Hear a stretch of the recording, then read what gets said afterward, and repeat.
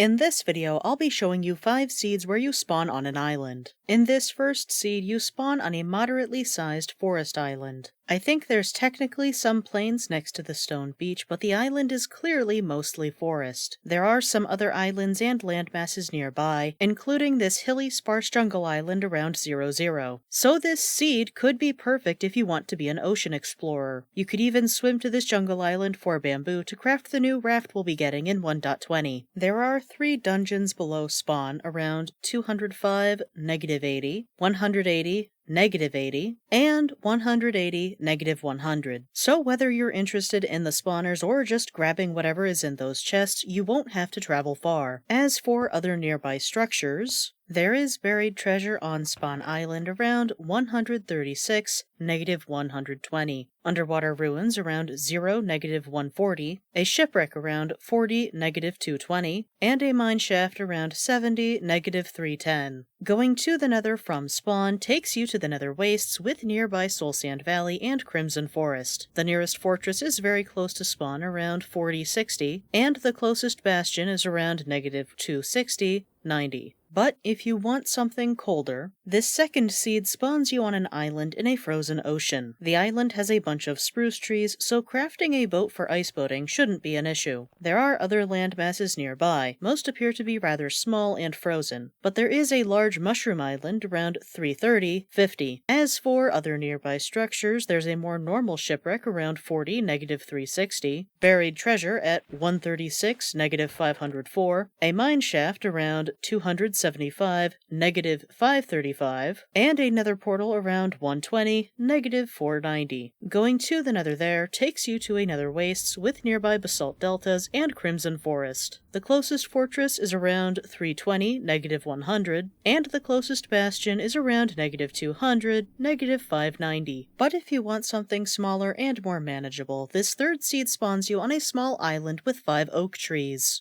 So unless RNG is extremely unkind, you should have access to saplings for more wood. There's a mine shaft under the ocean around -510, -580, as well as an underwater nether portal around -270, -600. Going to the nether from spawn takes you to a nether wastes. The closest bastion is around -90, -320, while the closest fortress is around 140, -560 in a basalt deltas. Back into the frozen ocean, this fourth seed spawns you on an island that is about 2/3 gravel and stone, with some snow and spruce trees on the northernmost third of the island. There's a bunch of frozen ocean to the south and east of Spawn, as well as some mega taiga to the northwest. As for nearby structures, there's a mine shaft under Spawn Island around -560, -40, and underwater ruins around -605, 70. Going to the nether from Spawn takes you to a nether wastes and Soul Sand Valley. The closest fortress is around 200, -260 in a basalt deltas. The closest bastion is around -470, -360 in a warped forest. In this fifth seed, you spawn in a plains biome on the eastern side of a large island. There is a long stretch of either ocean or river that bisects much of the island as you head west. On the western end of the island, there is a plains village next to some forest, which transitions to a birch forest as you go further northwest. While the island is a bit narrow at parts, it should be large enough to build a bunch of stuff. As for other nearby structures, there is buried treasure at 8, 200, a geode that intersects with a deep slate mine shaft around 230 to 80, and a sizable underwater ruins around 80, 60. You might want to hold on to this seed for 1.20 to get sniffer eggs. Going to the nether from spawn takes you to a Soul Sand Valley with Crimson Forest nearby. The closest bastion is around 300, 100, and the closest fortress is around 500, 370. I've included this weird jungle island as a bonus.